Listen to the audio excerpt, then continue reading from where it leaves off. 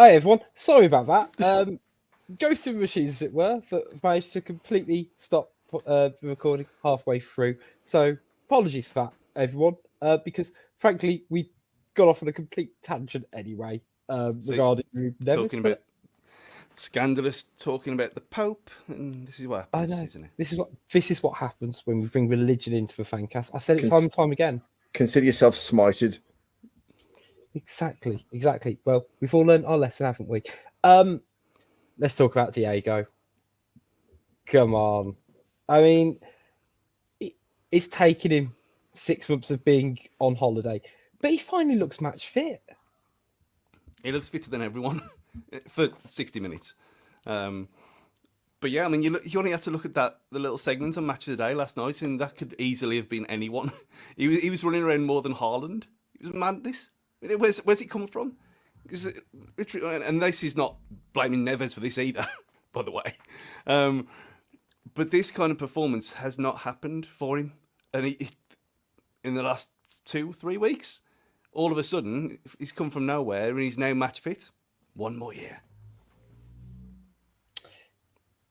Go on. Anyone want to voice to debate? Should we be signing Diego? It's not bait. I want him here again. I'm not against it personally. I think if there's obviously value in having experience there, as long as he's not absolutely plundering the wage bill, and then there's talk about us having to trim the fat of the international flair because of quotas and things of that nature. As long as he's not causing us an issue from that point of view, I think what he can add to the attacking players purely from a picking their brains point of view and learning technique and stuff, I think he can be invaluable. And let's not forget the sheer little amount of football he played prior to coming to us. It's probably not a surprise that he's coming into a run of form now, about 6 months further on than everybody else, because he had 6 months less of football. Yeah, no, he's done really well. Like, considering, like you say, he was removed for 6 months from football when he signed for us.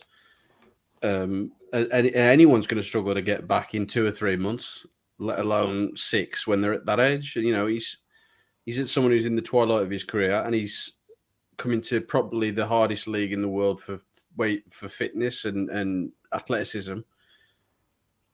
Any professional athlete is going to struggle. So fair play to him, and even with the addition of the knee brace in the second half, I thought he did brilliantly. But what a performance from King Diego. You say that 6 months. Really, he hadn't kicked a ball for 9 months, and the year before that was in Brazil. It wasn't even in La Liga, which is even less physical than here. So you're talking 2 or 3 years really, where he's had to have this level of fitness to perform at any kind of level. And to get that back in the space of 6 months is pretty impressive. I mean, we all saw the video where he had the Wolves on the leads and he was scared.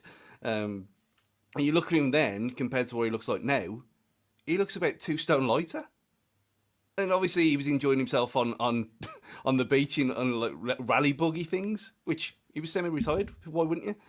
So to come back, put the effort in, like people have said before, and when we've talked about this, he's not here for free, but he's having a great old time. He doesn't have to be. He's got more than enough money in the world. He doesn't have to do anything. But he's coming here. He's run his socks off, got himself into this kind of shape, and like I said, fair play to him. I mean, I know I've got that picture up there for the last few months as a kind of a semi-joke to start with, but I love the man. I even love the fact that he couldn't care less about speaking English to anyone.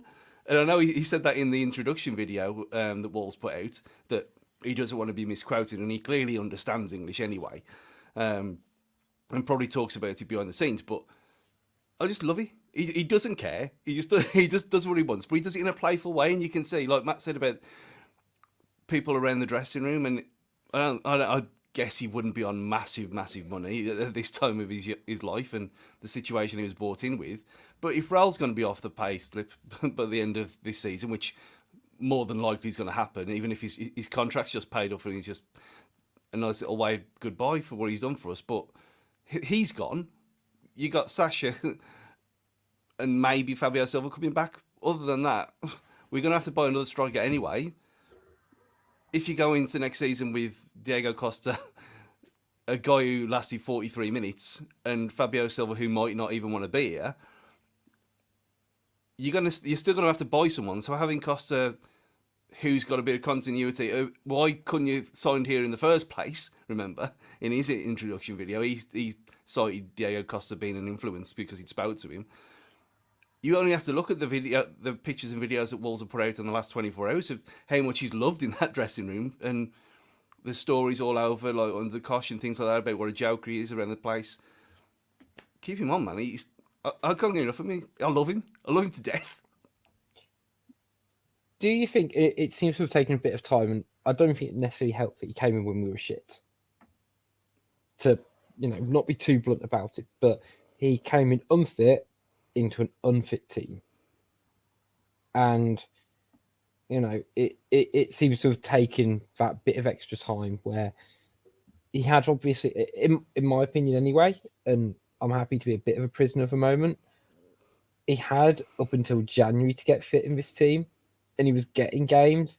He got stupid sending off against Brentford, let's not forget, which meant if I remember correctly, his break for World Cup ended early as well because of it. And I was sort of hoping we'd see this Diego Costa, who we saw yesterday, and we've had flashes of a little bit earlier coming into January. But you know what?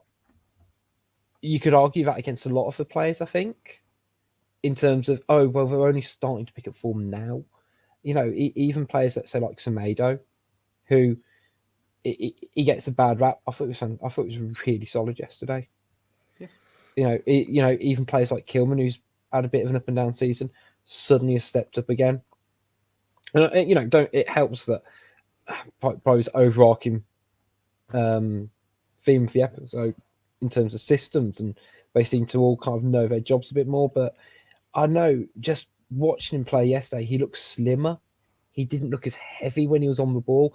Although one thing I did love was the turning circle for his goal. Where he picks it up on, I think Sarabia chests it to him, and he turns on the ball, and his turn was, I worked out it was about a 10-yard semicircle to come all the way back round, whereas if it was Kuna, it would have been about 3 feet or something ridiculous. I did enjoy that, but as soon as he turned and he was starting to run, it felt very Juggernaut-esque. Like, if any player's going to get to him, he's going through them too. And he got a bit lucky as well, which is something we've not really had much of this season from the goal. I know Thomas Frank mentioned it, that both our goals came from ricochets. Difference to me, though, is 6 months ago, or, slightly longer, you could argue, under Large, we weren't really even getting the players into those positions to get the ricochets, to get the goal. And we just seem to be a bit more savvy. Yeah, I mean, milk turns faster than Diego Costa. I mean, when it comes to luck, with Wolves recently, if we didn't have bad luck, we'd have no luck at all. It's felt like, but that's a combination of actually getting yourself into the positions to even test keepers and things of that nature. I think the thing about Costa for me is, at first, I hate to say it, it just felt like another addition to what was an absolute circus of a season. It was like, this just isn't like this just isn't it, is it? Like, it was a move we wanted kind of 2-3 seasons ago, and it didn't have a lot of hope of it ever really paying off. But then as time's gone on, like, there's an assist here, or he's got himself into a shooting opportunity there, and it's just, if it needed to come off someone's arse crack to go in yesterday, as long as it was credited as a goal for him, he would have deserved it. And it's just, I really honestly think this might be a final flourish to the end of the season for him. Like, almost break it. Diego Costa doesn't need to break the duck mentally, I don't think, to start scoring goals. No. I don't think that, like, he doesn't, but like, fate, whatever you want to call it, the universe, I think now he's got that goal, I just feel as a team, the mood has just lifted. And I think this was now, I mean, two goals in a game feels like just feels unbelievable. It's like the stuff of fiction. and I just feel like the weight of the world seems to be off the players' shoulders now, and that goal and the way that the rest of the squad embraced the fact that he scored as well was just wonderful to watch. Yeah, and I think it stands to testament that we'd obviously gone a year without a centre forward scoring a goal. Yeah. Which, I mean, weirdly, I want to touch on what Matt just says there about the celebration, because we saw it again at the end when Wang scored. How everyone came together, and it's almost like we've had this weird bookmark story or bookended story of under Nuno, everyone was together. There was this lovely cohesion. That was a squad feeling. Bruno Lage came in, tore it apart, and all the Portuguese players were sitting together. All the British and Irish lads were sitting together. It's all everything fragmented, and it's magic. It's not surprising, but it's wonderful to see that as soon as Mr. Lopetegui comes in and says, "Okay, everyone's having lunch together again. Everyone's sitting together. Everyone's socialising," that we get a sort of cohesion and a team effort, and everyone looks like they actually want to be around each other again, and just the celebrations and everyone, loving in on Diego and loving in on Huang and Nunes as well. It's just refreshing to see that again, that sort of love combined with some goals. Obviously, like you say, it gives everyone a good feeling. yeah, I think let's talk about Prango, because I loved the little celebration they all did that felt like school children not quite knowing what to do. That they'd all kind of got in this circle. It was like in my head they'd had something prepared and they just completely bottled it. I was like, let's just jump up and down in a circle. We're so excited. We scored 2 goals in a game, guys. But to pull it back to some level of relativity, I tweeted on the Fancast account during the game that in the second half, we really struggled in that opening stages to get a foothold in the game. Mm-hmm. And Brentford were picking up the pressure. And I did get a bit antsy. And then seeing make that proactive sub, bringing on Huang, and for it to sort of immediately pay off. It was Lopetegui's substitution golden touch paying off, which it's not done recently. And again, just seeing the smiles, Huang is someone who's obviously gets a lot of stick from Wolves fans, but again, he seems to be someone who, if he can just find that little edge, there's so little separating that last starting berth in the lineup at this point that, I mentioned earlier, back four's nailed. Centre midfield is pretty much nailed. I think you could make an argument for whether Neves, sort of talked about earlier before the stream managed to cut out for me posting memes. In terms of, I think you could stick Neves in for Gomez, and I think that the system would stay the same. Personally, Kuna is a nailed-on starter now because he just links everything up so wonderfully. And it was all, well, who'd you play at front then? And Raul's not hit the mark. Costa is hitting the mark. And it's not just for goals, it's what he brings elsewhere. That's, why I'm saying it. So it's just that kind of left midfielder role, and say, how do you separate Sarabia, Podence, Huang and Neto? There's not an awful lot in it. So it only takes someone who can actually, be that poacher. Some comments on the live stream. Huang is an opportunistic, the most opportunistic since Doc. Smart dude, and that's where he thrives. Player formation is going to get him into the box, and I feel remiss because I've talked all about sorting out the team, and kind of not really talked about Matthias's influence on the goal, because it was just wonderful to see a right winger gliding through plays and then pick out a ball in the middle of the park. Beautiful.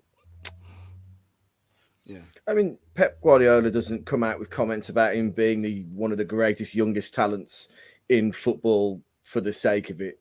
Do you know what I mean? Whether it's just been time, system, formation, that's just something's needed to change. But whatever it's took, a means to an end. If he's coming into this form at the end of this season, let's enjoy the ride for the rest of the season. And I think the one thing that we'd say about Lopetegui and his team and the mentality is I don't think even when we're safe, it'll be an on the beach scenario. And I think we can just try and enjoy the rest of the season as much as we can. Yeah, I think on the beach, if you look at the league at the minute, I mean, if when Villa stop annoying everyone and just fall and drop like a stone, I mean, half that middle section of the league could all be on the beach together. It could be like needing its lass for sand capacity, but it's weird because you look at and you mentioned it earlier about being on the beach. I don't think any one of these players now would even contemplate it because they're not going to get back in if they try that stuff. And we've seen it. We've seen it with Pedence being dropped from the squad completely and then being brought back in. We've seen it with whatever the hell's happening with Ait Nouri. Again, he was tried on the left hand side of midfield. It's like England with Steve Guppy there in the 90s.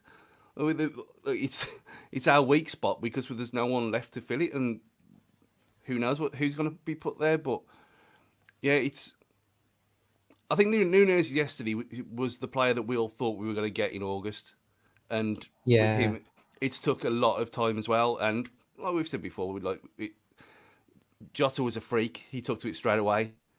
Neto, it took him 6-7 months first time before he got knackered. A lot of these players come from different countries and it takes them time to adapt. And like you said, Rich, with Costa, he came into a shit team at a shit time. Everyone was unfit. He was our shining light and he couldn't do anything because everyone else was just appallingly bad. He got dragged down to their level as well, and it's took him time to adapt. And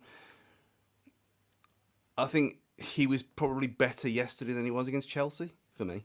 I thought he was absolutely superb. Yeah, that seems more than fair to me. We've given a lot of praise to the midfielders, a lot of praise to the forward players. The defence has got to be worth a mention as well, though, right, guys? 2 clean sheets as well.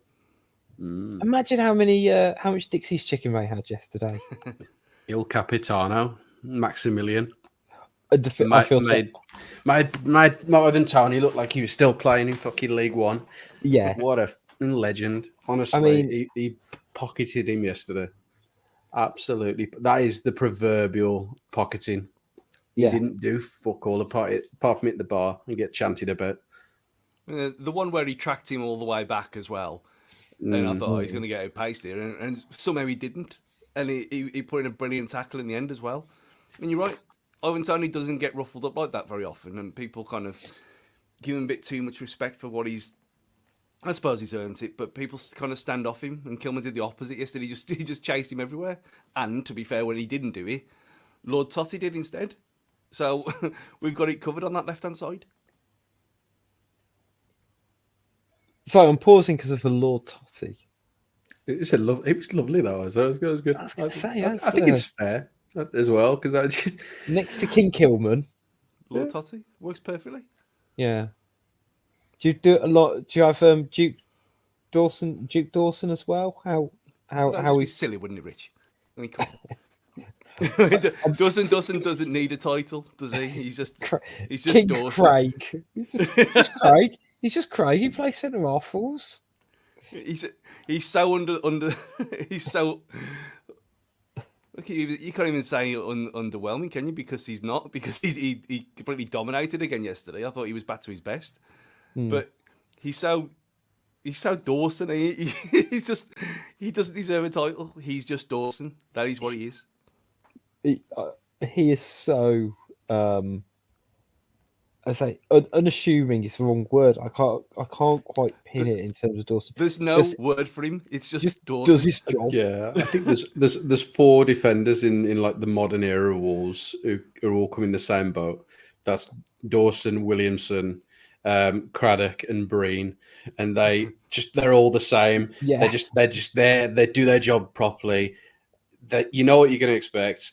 And they just do it to the best of their ability. So that's exactly what Craig is. You know, Dawson has just been incredible since he's coming, and a total breath of fresh air because the consistency has just been there, apart from a couple of games where he dips, but it's come straight back up again. It's funny because, like, for all the things that you say, like the no nonsense stuff, he couldn't be called anything other than Craig, could he? Like, there's no name that they're like unless he was like a Keith or maybe a Simon or something like that. But like, there's like it's just the right name, isn't it, for the kind of player that he is? Has a player ever been named better than what their attributes dictate? Yeah, there feels like there's a level of normative determinism with him there. Like Craig Dawson's never going to be a flying left winger in my eyes. He doesn't even have a middle name. It's just Craig Dawson. I love how we've both just jumped on Wikipedia to see if we can find it. Find it out. Just he doesn't need one because he's just Craig Dawson. It's Craig Dawson. Sorry to any Simons or Keiths. I'm sure you have a dazzling creative. Yeah. I was going to say, we were talking about Toti Gomez because I'm still trying to work out if I'm sold on him being left back or not. But he's done everything right yet again. I think it's good. I know Gully's a big fan of his, and just point out a bad game he has. And you can't, he can sometimes look a little bit clumsy on the ball, but I think him being at left back, he seems to have got that side of his game a bit more nailed down in terms of possession. I think it potentially helps that when he's getting the ball, he's getting out wide as well, maybe. I don't quite know, but again, he's just somebody else who is improving under Lopetegui. There was a great point on Twitter, I can't remember who put it on, to be honest, who said that he was a left back at Estoril. Oh, okay. And there was a link to the article saying interest in Estoril left. I think it was Estoril left back Toti Gomez. And I thought, well, yeah, when he was 19, so he has played left back before, actually properly, and he was there. That's one of his actual positions that he plays football in. So he hasn't just been shoehorned in there like what we did to Coady, to great effect, obviously. So when you look at that, you think, actually, it's no surprise that he's actually playing well because it's one of his positions that he can play in. Yeah. Who'd have thought it, eh? I'd have still I think if Bueno's fit, who'd you start, though? Because I think he's still working his way back to fitness. Bueno, right? It's the same situation for me. You don't mess with a winning team that's playing well. Until he does something wrong, you don't bring anyone else in. Do you think that a lot of Lopetegui's rotation has just been because of that, though? It almost the counterintuitive that, either it's fitness or the team just isn't fitting. And now that we have got a team that's fairly consistent in terms of its output now, we say there's no real need to do lots of changes. It feels a very odd situation to be in because we've not really experienced it for about a year at Wolves. I think it's a bit of a chicken and the egg scenario. I think he was criticised, and rightly so, for kind of throwing squads at the wall and seeing what sticks, and then being forced to make random tombola substitutions at 60 minutes or half time to then try and rectify the mistakes of the starting lineup.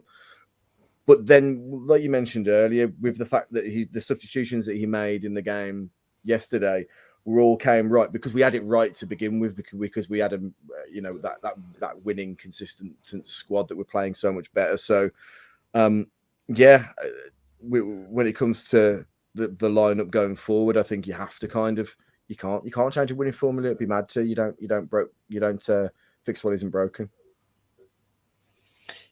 Yeah, I think it's going to be really. I think the game against Leicester is going to be really interesting regarding that, just because, as you said, we've almost got an abundance of choice now before, and it's such a hardship to be in now. And all of a sudden, 2 wins off 2 wins in 2 games against 2 teams who, let's face it, are above us in the league. We don't necessarily have us pegged down to win that, but it's made the table look a hell of a lot nicer going into, the last 7 games of the season for us. We are 7 points clear of the drop with pretty healthy goal difference as well compared to Forest as well, who lost yet again. And again, our next 2 games, Leicester who are in absolute free fall, and also Palace as well. And obviously, we know that the last few games of the season we've got are predominantly against teams higher than us, but the table's looking an awful lot nicer now that there's that substantial gap between us and the relegation zone, right? Yeah, totally deserved as well. I mean, we've been since, and I will keep barking on about it, but since the World Cup, we've been the most consistent team, and the proof's in the pudding. We've risen up the table relatively quickly, and we've consistently stayed between 13th and 15th. We haven't really dropped below that point. And it's all been down to the good work that's gone on the pitch and obviously behind the scenes. You look at Forest, you look at Leicester. Forest now 10 games without a win. Leicester 9 games without a win. It's there that everything's there to see. Everyone else around us isn't performing at any sort of level other than surprisingly Bournemouth at the moment. And the results are giving the rewards. And I know Stu's obviously said that in the past that we'd be safe by this point, and you're saying you've never been concerned about safety, and which is a nice, a similar sort of boat, but it's nice to see we're sort of getting to that point where we can almost be mathematically safe. 7 points out of Forest with 7 games remaining. It's going to take some minor miracle for them to pull themselves out of it now, which is real nice. Yeah, and I think it's not just them, is it? When you look at that table, it's going to take a minor miracle from so many teams to drag us into it. That was kind of what my thinking's been all along, really, because Southampton are gone. There's no way. They're just, you don't really know what's going on there. It looks like they've gambled on youth and it hasn't worked at all, and it's too much churn over the years, and it's finally caught up with them. Leicester, I still think that squad is not as bad as that position says in 19th, really. And I fully expect us to be tougher next week than the last 2 weeks have been for us. But Everton are Everton. That's where they are every year. No surprise. Leeds are dropping like a stone, as are a few others. I mean, Bournemouth. I've still got a feeling that Bournemouth are not the safest people think they are, even though Gary O'Neill's gone on a really good run with them recently. But yeah, that's why it's not being arrogant. It's just I just generally didn't think that so many teams would be able to put a run together to better what we were doing, and it's kind of been proved over the last few weeks. I mean, yeah, we should be probably about 6 points higher up than losing stupid points against shit teams, but that's the Wolves' way. We're used to that. But yeah, it's when you say who would you put your money on to go down now, other than Southampton, Forest probably, then the third one is still really open for me. Yeah, I think there's still a lot of football left to play for us teams behind us. I think we are all but clear now in terms of relegation, just because of the amount of teams who need to overtake us, and 7 points with 7 games to go against teams who don't average a point a game. I think that last win comes against Palace. To be honest, I think Leicester will probably be able to be a really tough test, and I think under the lights at Molineux would be just a fitting way to kind of cap off the relegation battle for us, really, and hopefully that'll be the case anyway. But I think that fraud Dyche is going to be Everton's undoing. Stuart, Kenneth. You've pulled me onto a nice tangent there. But before we do so, question I had around Diego Costa, because I got a clip of the goal of him burying one home, as you can see. Lovely fan cam footage. What I think's from the away end, which is always fun. Now his knee brace that made him look like a footballing warrior. When did that come on? Was that at half time? Was that midway through the game? I've managed to not pick that up. Yeah, I'm certain it must have been half time. Yeah, it must have been. But you got to remember, he went down in what looked like a very bad knee injury not many games ago now. Yeah, and even at his tender age of 34, he's got Diego Costa's got to a Good. point where he's, it's a difference between falling and having a fall when he goes down. In terms of a football life, yeah, definitely. Is the easiest way I can put it. We've had one question from Twitter Corner this week, which is from Tom Calvert. It says, if Everton do go down, do you think we'll get the reported 5 million for Coady from another club, or is value dipped below what we initially thought was a bargain fee from the Toffees in the summer? Because we're still going to have to deal with that situation at some, in a couple of months' time, aren't we? That's a great question. I hadn't even thought about that either, to be honest. He been playing from though, has he? I mean, obviously, Deutsch's gone in there and realised what a kind of fraud it is, that he can't play in the back four, and he's actually not very good anyway. And he thrived in a system that was built around him for a reason. That's why he played really well for us. When that changed, he didn't. And it's been no surprise that he's been found out there. I don't know what he is anymore, because you take that away, he can't play in the back four. He can play in the back five for a certain type of team. Maybe that is a championship one. Everton can't spend any money if they go down. They can barely spend money if they stay up, let alone anything else. They'd be on freeze and all kinds of academy kids if they got relegated. There's no way on earth they could spend any money at all. But that is the question, eh? Who comes in for him? Because would Burnley have him? Would Burnley have him having just romped to the championship title eventually? Would Sheffield United, if they go up, you wouldn't have thought so. I know he's played there before years ago, did he? Yeah.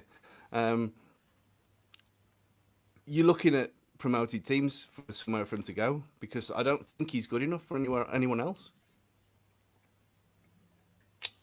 I think it's a really awkward one, and because you say, like, has he manufactured? Still with the, so he excelled in a made-up position, which, Yeah, it's the only way I can potentially see it works is if he goes to a team who are a bit of a project, or if he goes to, I don't know, one of the teams who get relegated this season, who decide and he takes the gamble on a team who are going to go back up, and as he can provide that lead. Let's say Southampton, who are slightly devoid of that leadership, particularly if they lose Ward-Prowse. In being I don't know. I think it's going to be a really tricky one. Realistically, though, do we see a future for him at Wolves? Is the other side of the question, and I guess the answer's a no round the table. It's what they do with him is the thing more than anything else. I don't think there's any way on earth that he's got a future here anyway. But after all the kind of shit talking that his family have done, I know it's not come from him. So before that, people jump on me for that. There's one, we could send him to Grasshoppers. That'd be fun.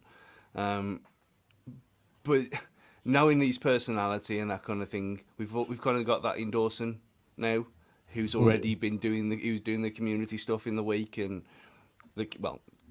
last week, but the video came out this week.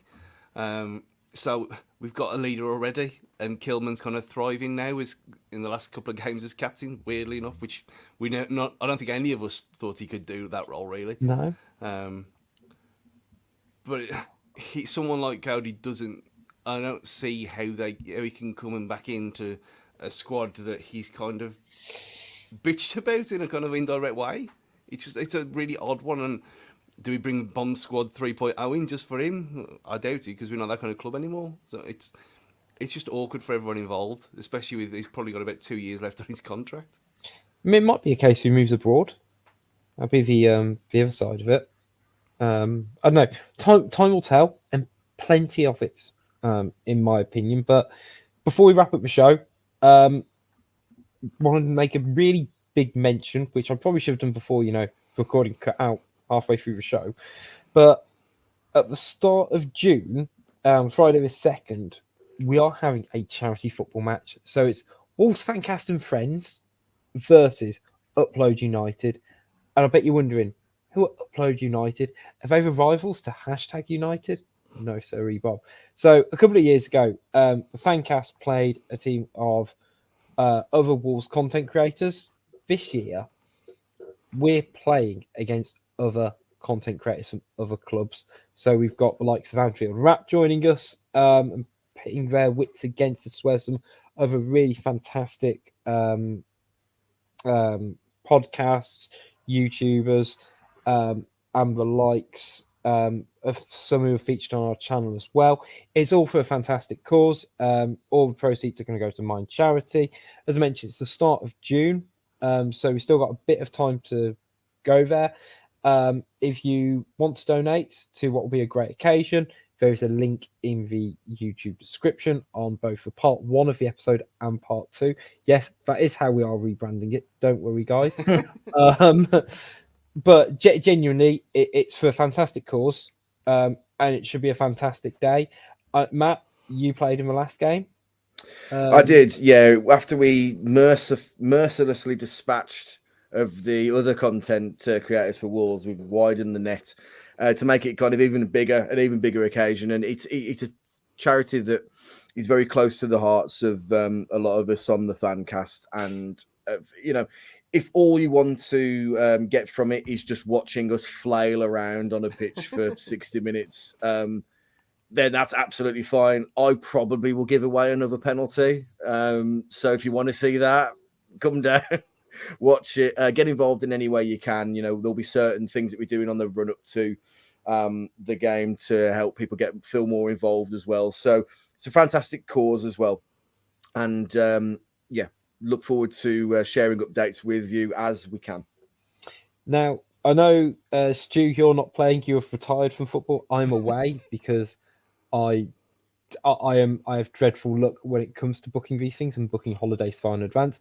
I am actually away as well. I mean, I could have been. Are you on the annual trip? No. The annual trip is later on in the summer holidays. But no, I'm in Weymouth, so as far away as possible. So I could have been strapped up. I mean, almost like when. No, let's not go there. Yeah, I am away, so that's why I muted myself this week after the cream egg farce. No, careful, PG rated. Yeah, I am away, so that's why I'm not there. Fair enough. But Jafo, you're making your debut for Team Fancast and first time playing at Molineux? Yeah. I mean, having an opportunity like that is just, You've turned out 321s on. Yeah. Back in my glory days, not in a competitive fixture. No, it's a great opportunity, to do something so amazing. I'm glad to still be around to be a part of it and without going too much into like everything that's happened in the past few years, but I'm glad to still be here and to share a magical moment with some really good people. I wish Stu and Rich were playing, but to share it with Matt, who I've shared a football pitch with before, and to everyone else that's going to be involved, is going to be a fantastic occasion. And if you can get time to come down and support us and support the charity, anything that is made by the game, I believe, is going to Mind. So please do come and support us. It's a very important cause, especially men's mental health, women's, and especially with everything that's going on in the trans community at the moment as well. Is very important to support people who are going through tough times. So any sort of support, love, whether that be through donations or through, retweeting and spreading this on social media, is much appreciated and much loved. So 2nd of June, everyone, please. Yeah, give us as much support as you can. I don't think I could sum it up any better, so I won't. But yes, links in the description if you're able to donate. Of course, we'll be whacking out loads of content and stuff over the coming weeks and months. So yeah, hopefully it'll be a fantastic day because the other one was superb as well. We will be back, guys, to part 3 of this when recording accidentally cuts out again. No, we'll be back to preview the Leicester game later this week and hopefully another Wolves victory, because I don't quite know what I'll be doing next Sunday if we've won 3 on a bounce. Genuinely I might be even more giddy than I already am. Well, I'm on a stag God. do next weekend, and I've had to ask myself the question legitimately: is it really rude of me to leave a stag do midway through to go to Leicester? Like, Well, is that rude? I don't know. The question is rude? where's the stag do? He won't listen. He won't listen to this. So it's up in Liverpool. So it's pretty much midway. But if I was to go really off piste, so I might disappear for a few hours. Yeah, I reckon you can sneak off. But make sure you keep up to date with all things Wolves Fancast on Twitter, Facebook, Instagram, and YouTube. We're at Wolves Fancast. As I mentioned, make sure you check out our Just Giving page for our charity football match. It's in the YouTube description and pinned on our socials as well. And shouts out to 90 Min Football Network as well.